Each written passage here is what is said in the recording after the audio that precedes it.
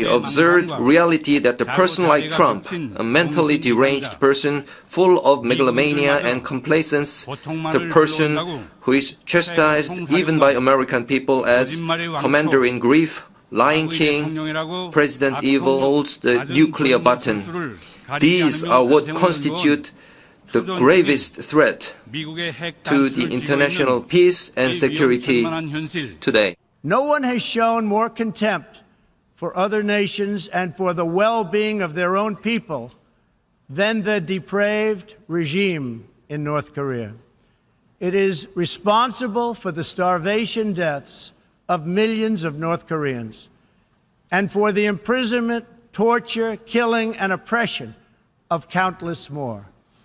We were all witness to the regime's deadly abuse when an innocent American college student, Otto Warmbier, was returned to America only to die a few days later. We saw it in the assassination of the dictator's brother using banned nerve agents in an international airport. We know it kidnapped a sweet 13-year-old Japanese girl from a beach in her own country to enslave her as a language tutor for North Korea's spies.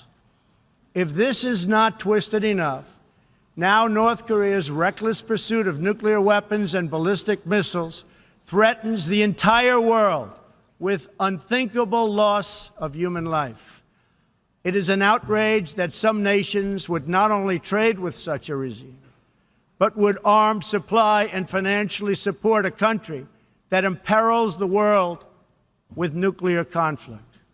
No nation on earth has an interest in seeing this band of criminals arm itself with nuclear weapons and missiles.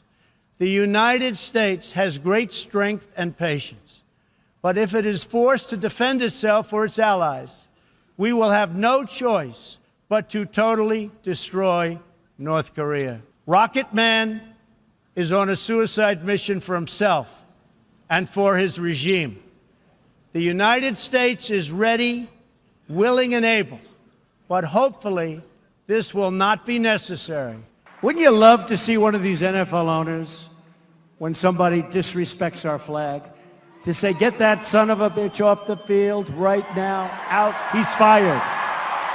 He's fired! We face this decision not only in North Korea.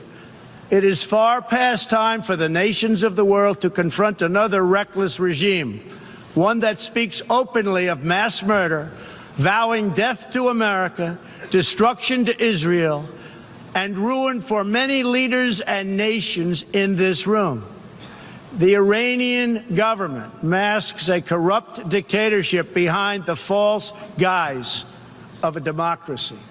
It has turned a wealthy country with a rich history and culture into an economically depleted rogue state whose chief exports are violence, bloodshed, and chaos.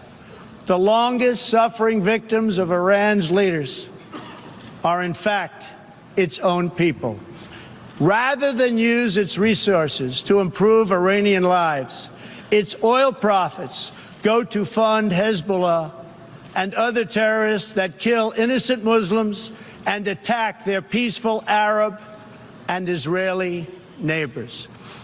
This wealth, which rightly belongs to Iran's people, also goes to shore up Bashar al-Assad's dictatorship, fuel Yemen's civil war, and undermine peace throughout the entire Middle East. Today, if you hit too hard, right? They hit too hard, 15 yards, throw him out of the game.